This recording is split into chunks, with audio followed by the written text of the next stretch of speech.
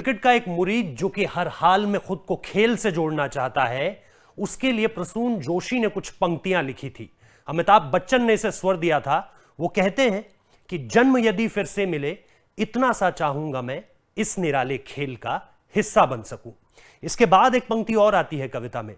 वो कहती है कि पेड़ बन पाऊं तो मेरा बस तभी सम्मान हो, कट सकूं बल्ला बनूं जिस पर कभी अभिमान हो। इन बातों का जिक्र आज इसलिए क्योंकि क्रिकेट का खेल बीते समय में बहुत ज्यादा बदला है, और इन बदलावों के साथ जिस तरह से बल्ला बदला, वो हम सभी ने देखा कि किस तरह से चीजें बेहतर होती चली गई, खास तौर पर बल्लेबाजों के लिए। लेकिन आज एक रिपोर्ट सामने निकल कर आई है। ये रिपोर्ट आई है कैम्ब्रिज से, और कैम्ब्रिज में जो रिसर्च है, वहां पर जो रिसर्च टीम है, वहां पर एक शख्स है डॉक्टर दर्शील शाह, जो कि इसका नेतृत्व कर रहे हैं। अंडर 19 क्रिकेटर रह चुके हैं, ये जानना आपके लिए बहुत जरूरी है। उन्होंने ये कहा है कि आने वाले समय में अगर क्रिकेट के बल्लों को बांस से बनाया जाए तो उनका जो प्रभाव होगा वो और ज्यादा होगा इस खेल पर, और बेहतर बल्लेबाज बल्लेबाजी कर पाएंगे, क्योंकि 22% ज्यादा मजबूत है ये जो पूरा का पूरा विलो है।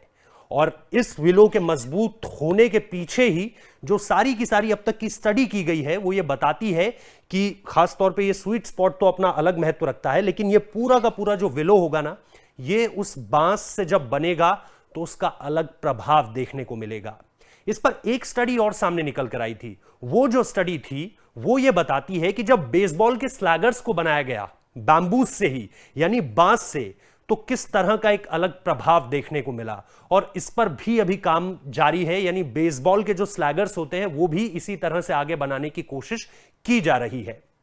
अब सबसे बड़ी बात जो उन्होंने अपनी रिसर्च में कही वो ये कि ये जो बल्ले होंगे, ये अब जो सामने निकल कर आएंगे, इनका जो प्रभाव होगा गेम पर वो और ज्यादा बेनिफिट देगा बल्लेबाजों को। यानी हो सकता है कि आने वाले समय में अगर आईसीसी की तरफ से इसे मान्यता मिल जाती है, अगर जो रूल बुक है क्रिकेट की वो इसे एक्सेप्ट कर लेती है, तो उसके बाद आप देखेंगे कि यह हो सकता है कि आने वाले समय में बैम्बूस से जो है वो बैट्स बनने शुरू हो।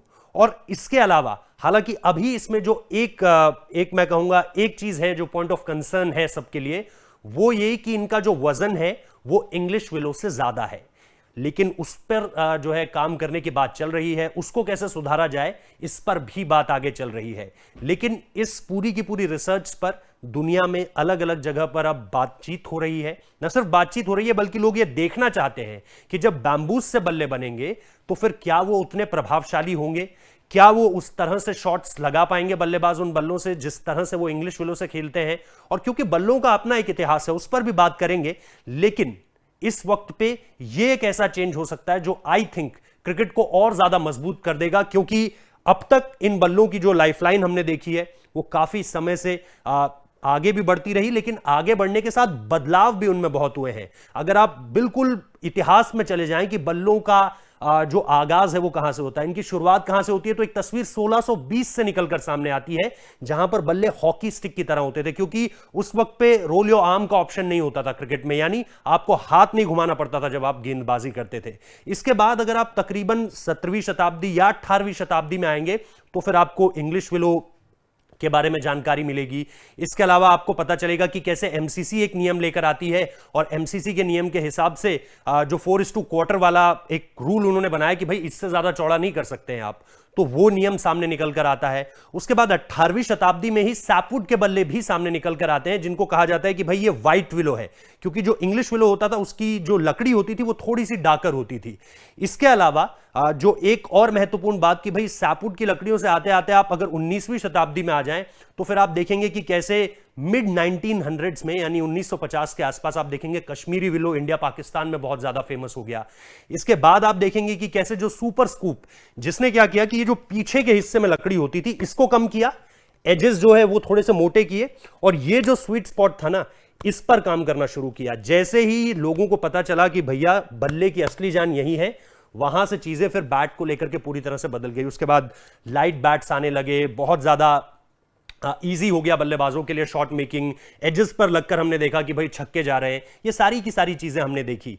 लेकिन अब ये जो एक तुलना है कि भाई इंग्लिश विलो या ये जो अब बांस के बल्लों की बात सामने निकल कर आई है, इसमें एक और फर्क, जो बड़ा फर्क है, तकरीबन 12 से 14 साल अगर आप देखें इंग्लिश विलो की जो लकड़ी होती है, जो पेड़ पूरा का पूरा होता है, ये उसे पूरा अपना मेच्योर होने में तकरीबन 14 से 12 साल, 12 से 14 साल लग जाते हैं।